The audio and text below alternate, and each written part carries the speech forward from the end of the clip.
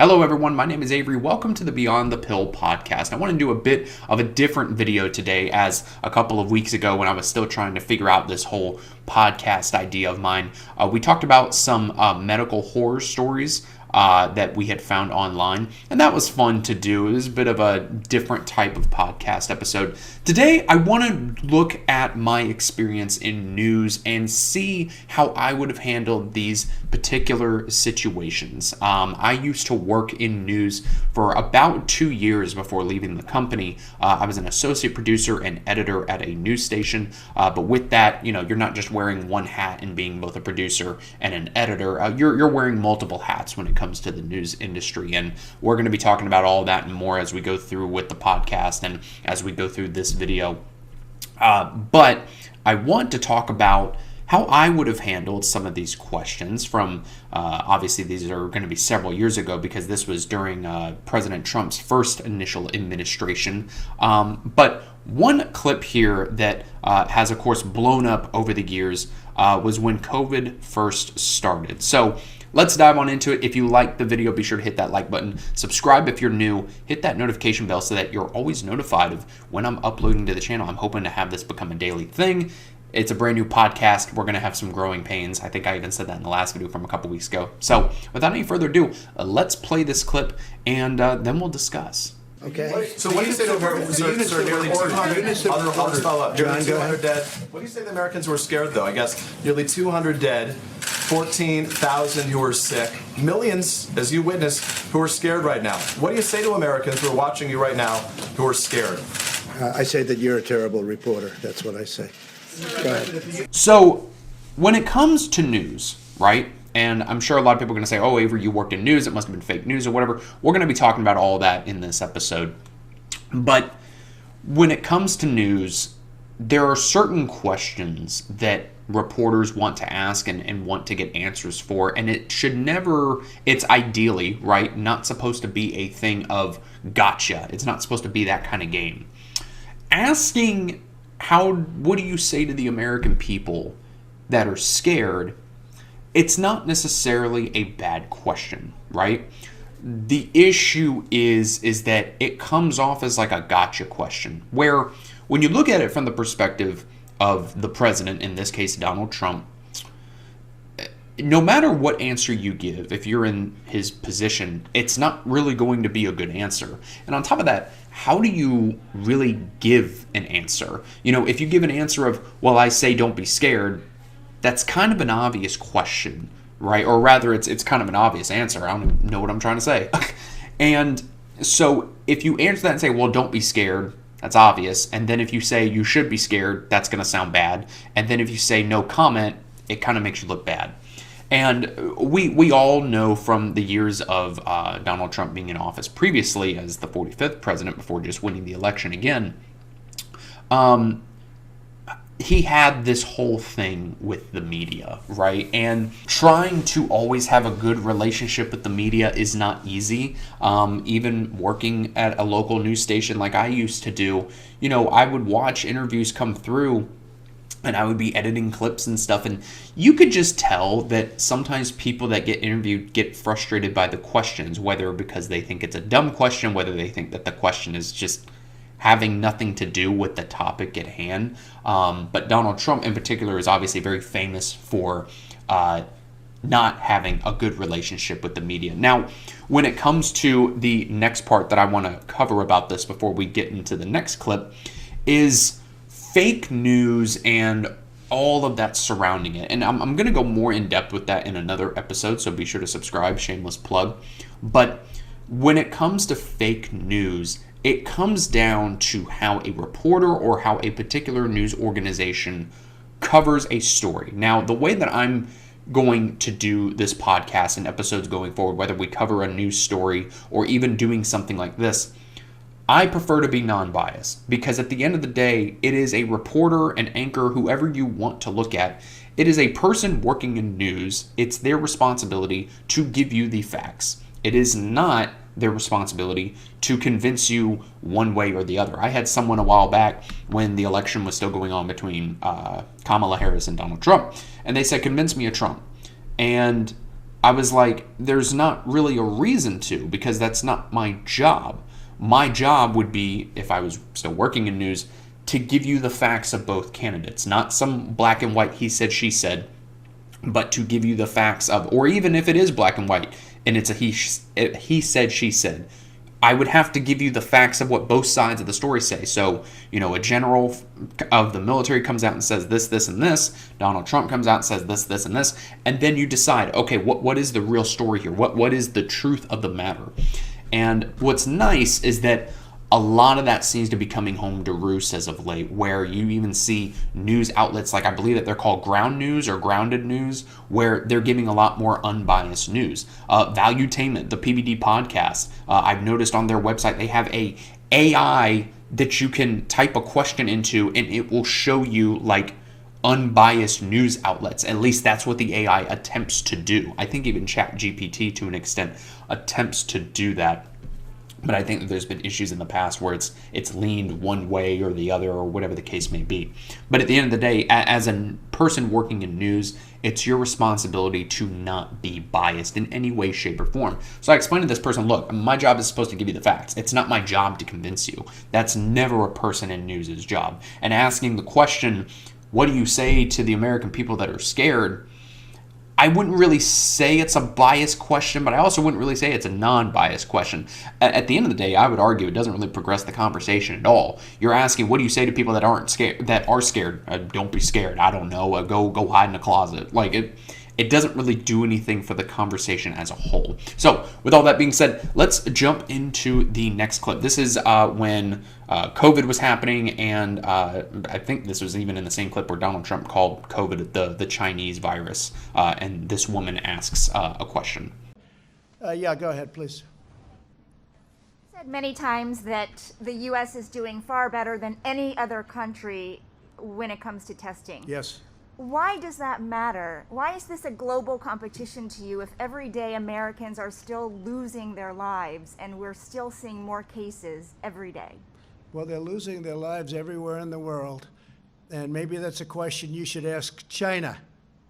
Don't ask me, ask China that question, okay? When you ask them that question, you may get a very unusual answer. Yes, behind you, please. Sir, why are you saying that to me specifically? I'm telling you, ask I'm not China? saying it specifically to anybody. I'm saying it to anybody that would ask a nasty question like That's that. not a nasty Please question. go ahead. Why does it matter? Okay, anybody else? Please, go ahead in the back, please. I have two questions. No, it's okay. But We'll you go over pointed here. to me. I have two questions, Mr. Next, President. So clearly, saying that this reporter was mad, I think, is an understatement.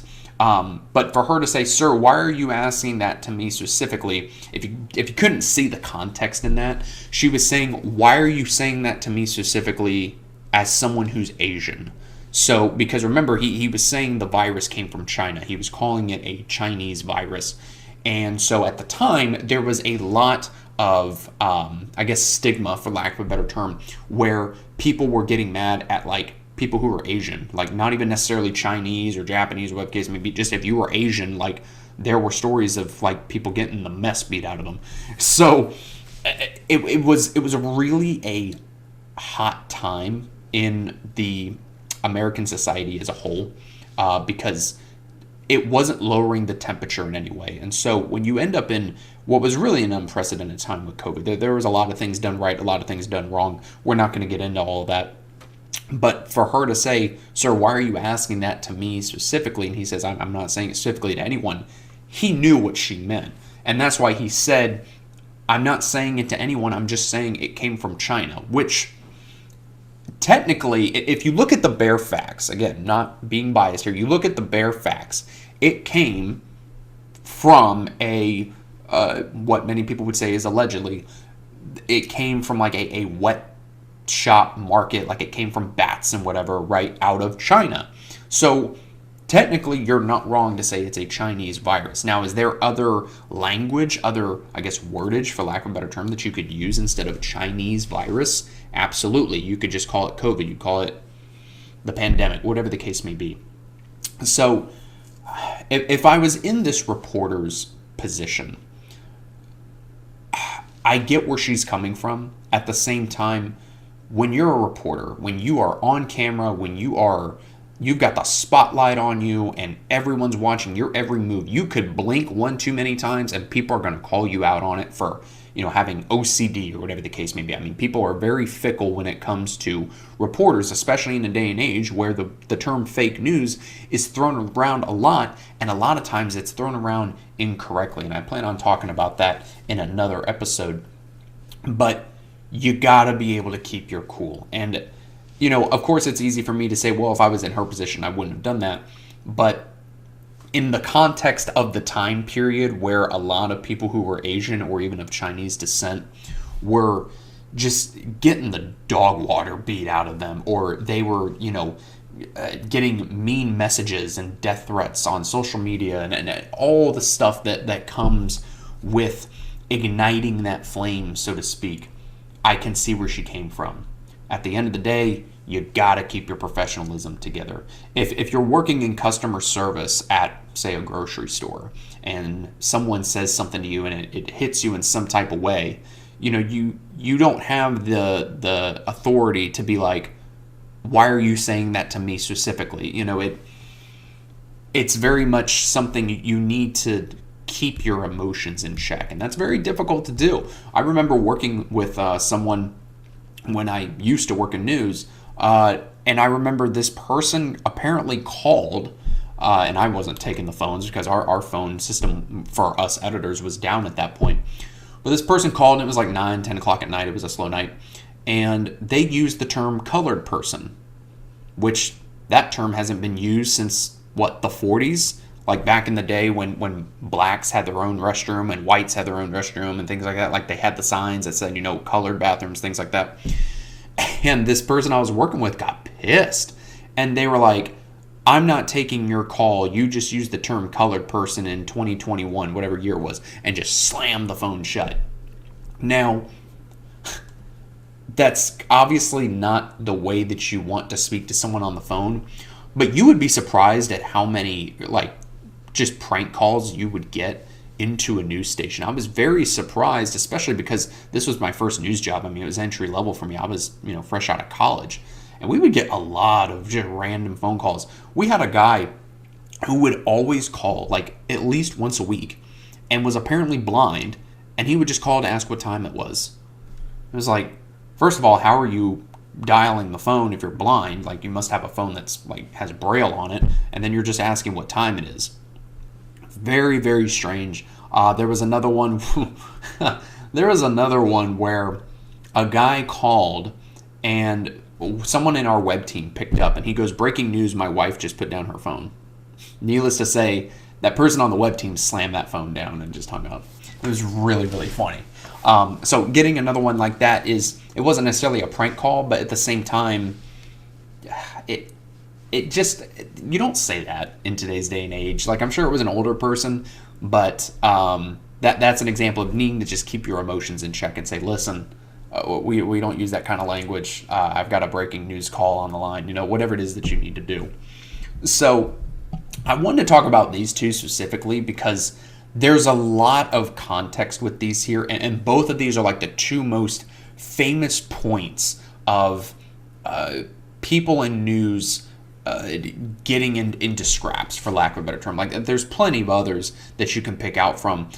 There's one in particular. I'll play it here if I can find it. Future Avery, make me shut my mouth somehow.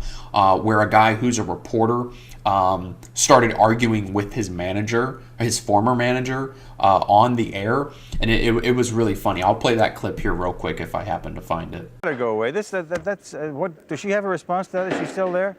What's that? Did the lady just leave? Yeah. Oh, that's too bad. We should have kept that discussion. She's back if you want her. Yes. She heard you. Yes. What'd you like to know? I would like to know a response to what the gentleman said. The gentleman's a very effective spokesperson for the company, but obviously the people who live there are not satisfied with his explanation. Right. So what do you want now? Well, if I have to teach you how to be a reporter, Ollie, I'll do that later. Why don't you do that later, Jim? I think the lady expressed herself, and you're not here, you're there. Is there any question you'd like me to ask her? And no, I'll give you lessons on how to become a reporter later I'll on. give you some lessons on how to be an editor, because I was your boss once. Yeah, you were, and are no longer. How did that happen? Well, I don't know. Here's Aaron Jim. Bildemillo. Hey, good morning, Jim. We are live. So at the end of the day, when it comes to working in news, you got to be non-biased. You have to keep your emotions in check. And you got to know that the spotlight is always on you. You know, people give reporters and anchors a hard time of fake news this and fake news that. And the one point I will cover on, since I really want to dedicate its own episode to it, but the one thing I will say about it is that a lot of times the fake news isn't fake. It's just that the story isn't being reported correctly. One big example that I'll give that I think a lot of people can point to and agree with on is that when the Black Lives Matter protest, or as some would say riots, again, depending on your perspective, and that is a lot of what news is, depending on your perspective, but when everything was going on with that, and it actually became a meme. It's probably even still a thing online on YouTube, I'm sure. But you would have these reporters say the protests were mostly peaceful. Meanwhile, a car's on fire, someone's getting their teeth knocked out of their head, someone else is getting punched in the mouth. Like there's all this violence behind them, and they're saying it's mostly peaceful. And the problem with that is that mostly peaceful is a very broad term. It can mean anything. And so, you know, you got a giant explosion of fire and looks like the gates of hell have opened up behind you, and you're saying it's mostly peaceful. That looks really bad. And so it's always best when you're working in news to avoid the generic language like that in both your live reporting as well as when you're writing something for the website or for digital, as we say in the industry, which package also means story. A little fun fact for you there. Yeah, don't worry. We'll be leading you along with all of the lingo. Well, I'll be sure to teach you all along the way. Don't worry, I'm not going to be on chapter 5 when you still on out here at chapter 1. I'm going to bring you all along for the ride. But you got to avoid generic stuff like that. Even if like you're nervous and you're in a live setting, like you're on the scene and stuff's going down, you're like, it's mostly peaceful. You gotta use different language than that, because that's where the term fake news especially was hitting hard with people. It's like, this is fake. What are you talking about? There's riots in the streets. People are fighting. People are, you know, getting shot at. But you know, this isn't monetized, so I guess I can kind of say whatever I want. But people are getting shot. People are getting hurt. You know, this isn't peaceful in any stretch of the term. And so it makes it difficult to work in news, especially too when you have, let's take CNN for example, Situation Room with Wolf Blitzer. That is a syndicated show on CNN where if you watch that show, people like Wolf Blitzer and the analysts and experts and all that come on the show can kind of get away with giving their opinion more than just it being a straight regular, like say your local newscast. Now with all of the politics that have been injected into the mainstream medias of the NBCs, the ABCs, CNN, Fox, what have you. Now, like, you can go online and just look up, hey, is this news station left-leaning, right-leaning? Are they left from center, whatever the case may be? When really, all the news should be the center. They should just be giving you the facts. They shouldn't be trying to convince you one way or the other, which is why I'm striving to be as non-biased as I possibly can when it comes to doing the show, especially when it comes to talking about news and things, and even things in medical. You know, you'd be surprised how non-biased you have to be in some situations with medical. I mean, so what's nice is that there's a lot of things in the medical world, from me being a nationally certified pharmacy technician, not just registered, but nationally. I decided to go and get that extra education so I could get a whole extra $1 an hour. But a lot of things, luckily, in the pharmaceutical world are just facts. Like, it makes it very easy to do your job. Hey, this drug will decrease your heart by 10%. That is a fact. It's has nothing to do with politics, has nothing to do with race, religion, creed, whatever. It's just facts. But Y'all let me know what you think of this podcast. Y'all let me know what you think of, I guess, what would be the second episode, even though we're a couple weeks removed from the first initial episode. But let me know what y'all think about these clips. Let me know if y'all want to see more stuff like this in the future. Thank you for watching. I'll see you in the next video.